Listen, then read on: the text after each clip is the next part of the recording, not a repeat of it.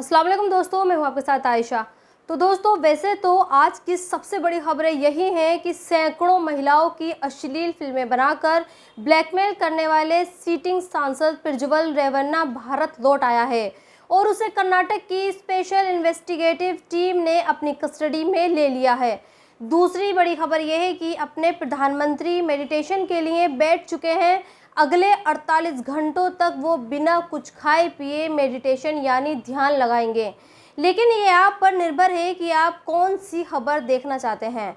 वैसे आपकी मर्जी भी कहाँ चलती है। आप तो वही देखते हैं जो मीडिया दिखाता है, और हमारे देश के मीडिया के कैमरे तो कन्याकुमारी में 20 समंदर में लगे हैं। तो फिर प्रज्वल रेवन्ना की खबरें आप तक पहुंच पाएंगी या नहीं, इसकी कोई गारंटी भी नहीं है। वैसे भी चुनावी माहौल है, लेकिन आप फिक्र मत करिए। हम जैसे पत्रकार जब तक हैं तब तक आपके पास काम की खबरें भी पहुंचती रहेंगी। हाँ, हमें व्यूज़ मिले या ना मिले, लेकिन हम तो वही खबरें दिखाएंगे जो खबरें होती हैं। जहां तक पीएम मोदी के मेडिटेशन करने का सवाल है, तो इस खबर पर हमारा नज़रिया तो वही है, वो द वायर नाम की एक वेबसाइट का है, जिसने एक बहुत ही खूबसूरत स्केच बनाया है। इस स्केच को देखकर आप ये आसानी से समझ सकते हैं कि मोदी जी कन्याकुमारी में ध्यान लगाने के लिए गए हैं या फिर ध्यान की फिल्म बनाने के लिए गए हैं। वैसे अगर इस खबर को आप और गहराई से जानना चाहते हैं तो फिर आपको टीएमसी की सांसद महुआ मोइत्रा का भी ये बयान सुनना चाहिए, क्योंकि ये बयान भी बिल्कुल द वायर के स्केच जैसा ही है। महुआ ने भी कम शब्दों में ये बता दिया है कि अगर मोदी को ये लगता है कि गांधी की पहचान वर्ल्ड लेवल पर तब हुई जब उन पर फिल्म बनी थी, तो फिर खुद मोदी भी भक्तों में तभी से मशहूर हुए हैं जब से उनका नाम 2002 के गुजरात दंगों में आया है। खैर, थोड़ा आपको प्रज्वल रेवन्ना के बारे में भी बता देती हूँ। प्रज्वल रेवन्ना के लिए मोदी ने ही प्रचार किया था। कर्नाटक की जिस हसन नाम की सीट से रेवन्ना चुनाव लड़ रहे हैं, उन्हें जिताने के लिए मोदी ने ही जनता से अपील की थी। लेकिन जैसे ही रेवन्ना के बारे में ये खबर आई कि उसने महिलाओं का सेक्सुअल असोल्ट किया है और वो महिलाओं का आपत्तिजनक हालत में रिकॉर्डिंग भी करता था, बीजेपी ने उससे संबंध तोड़ लिए। खैर, आज एक और महत्वपूर्ण खबर है जिसे आप लोगों को देखना भी चाहिए, क्योंकि ये वो खबर है जिसे मीडिया कभी भी नहीं दिखाएगा। कल जिस वक्त मीडिया के कैमरे पीएम मोदी को कवर करने में लगे हुए थे और उनकी कन्याकुमारी के दौरे की पल पल की जानकारी भी दे रहे थे, उस वक्त जम्मू में एक बस खाई में गिर गई थी, जिसमें 21 हिंदुओं की मौत हो गई। ये सभी हिंदू यूपी के हाथरस के रहने वाले थे और जम्मू में वैष्णो देवी के दर्शन करने के लिए जा रहे थे। लेकिन किसी भी टीवी पर आपने ये खबर नहीं देखी होगी, क्योंकि नोएडा के गोदी मीडिया के लिए ये हिंदू श्रद्धालु तभी काम के होते हैं जब इनका कनेक्शन मुसलमानों से होता है। चूँकि इनकी बस खाई में गिरी थी, लिहाजा 21 लोगों के मरने के बाद भी मीडिया के लिए ये हिंदू बेकार ही साबित हुए। और हमारे देश का मीडिया कन्याकुमारी मेडिटेशन पर बैठने से पहले मंदिरों में जाने वाले मोदी की कवरेज दिखाता रहा। सोचिए, क्या 21 लोग कम होते हैं? क्या सरकार को ये नहीं देखना चाहिए कि जो गरीब हिंदू श्रद्धालु वैष्णो देवी के दर्शन के लिए जाते हैं, उनके लिए अच्छे इंतज़ाम हो, उनके लिए ऐसी बसें और ऐसे ड्राइवरों का इंतज़ाम करें जो संभल कर बस चलाएं। लेकिन नहीं, इन गरीब हिंदुओं के लिए किसी का दिल भी नहीं धड़कता है।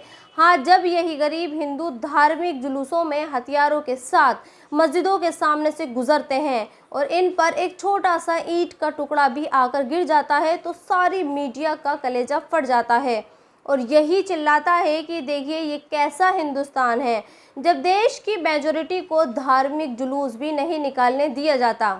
खैर, आज आपको मीडिया के एक और दोहरेपन की खबर दिखाती हूँ। आप लगातार टीवी पुणे में एक एक्सीडेंट की खबर देख रहे होंगे, जिसमें एक अमीरजादे ने अपनी पोर्शे गाड़ी से 2 लोगों को कुचलकर मार दिया था। जिस वीडियो को आप देख रहे हैं, ये पुणे के उसी एक्सीडेंट से जुड़ा हुआ है। इस वीडियो में मीडिया स्कूटर पर जा रहे जिस शख्स के पीछे सवालों की पोटली लेकर पड़ी है, वो वही जज है जिसने एक्सीडेंट करने वाले अमीरजादे को जमानत दी थी और इस शर्त पर दी थी कि 2 लोगों को कुचलने वाला अमीरजादा ट्रैफिक नियमों से जुड़े मामलों पर एक अच्छा सा निबंध लिखकर दिखाए। खैर, यहाँ इस खबर को दिखाने का मकसद ये नहीं है, बल्कि आपको ये बताना है कि मीडिया के लिए एक्सीडेंट भी अलग अलग तरह के होते हैं। मिसाल के तौर पर जैसे आप करण भूषण और उसके काफिले के इस कार को देखिए। करण भूषण के काफिले की कार से भी 2 लोगों की मौत हुई, लेकिन इस मामले में मीडिया उस तरह से पुलिस, जज और दूसरे लोगों के पीछे नहीं भाग रही है। वैसे वो पुणे के मामले में भागती हुई नजर आ रही है। करण भूषण के मामले में ना तो हमें ये पता है कि इस मामले में जज कौन है, और ना ही हमें ये पता है कि 2 लोगों की मौत के बाद कैसे एक लोकसभा सीट का उम्मीदवार बड़ी आसानी से बच निकला है। हाँ, हमें जो पता है वो ये है कि करण भूषण ने कहा कि जिस गाड़ी से एक्सीडेंट हुआ वो गाड़ी ड्राइवर चला रहा था और ड्राइवर को पुलिस गिरफ्तार कर चुकी है।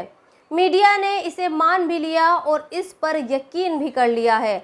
इस मामले में मीडिया की तरफ से कोई इन्वेस्टिगेशन नहीं हो रहा है, जबकि पुणे में मीडिया लगातार बाल की खाल निकाल रहा है। वैसे मीडिया भी करे तो क्या करे, एक तो ये यूपी का मामला है और दूसरे जिस करण भूषण की मैं बात कर रही हूँ वो ब्रजभूषण का बेटा है और बीजेपी का कैसरगंज से उम्मीदवार भी है। और हम सभी जानते हैं कि ब्रजभूषण कैसे महिलाओं के आरोपों के बाद भी जेल में नहीं गया।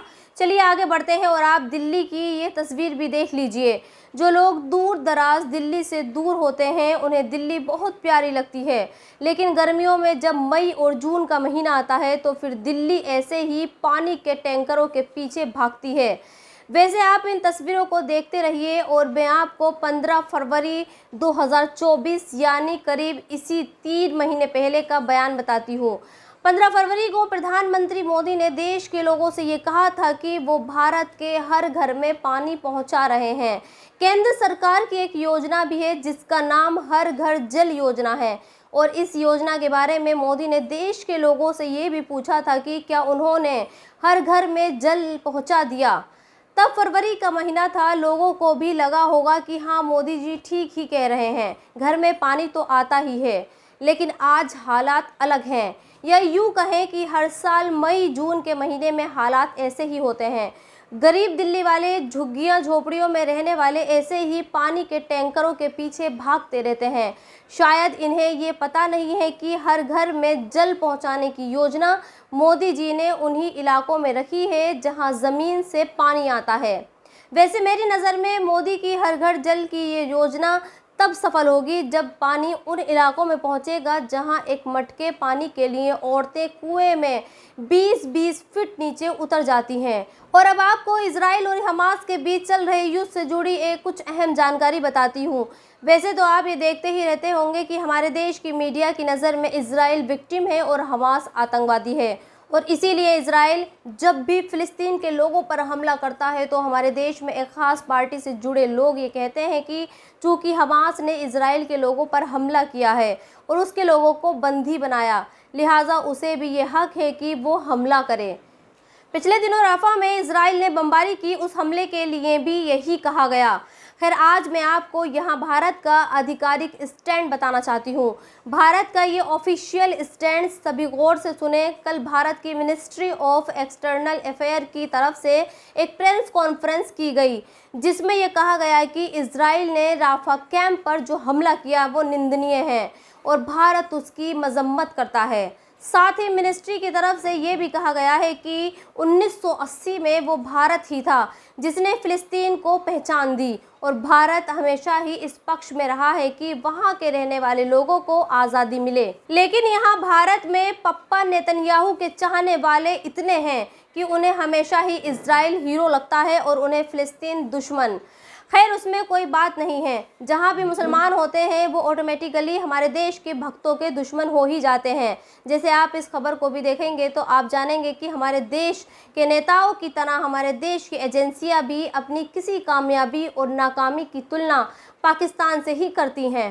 कल जीडीपी को लेकर आरबीआई ने अपनी बैलेंस शीट जारी की, जिसमें ये बताया गया कि भारत की बैलेंस शीट पाकिस्तान की जीडीपी से 2.5 गुना ज़्यादा है। तो दोस्तों, इस वीडियो में इतना ही। आप भी अपनी राय कमेंट्स बॉक्स में लिखकर मुझे ज़रूर बताएं, और अब तक आपने मेरे चैनल को सब्सक्राइब नहीं किया है तो प्लीज़ सब्सक्राइब ज़रूर कर दें। शुक्रिया।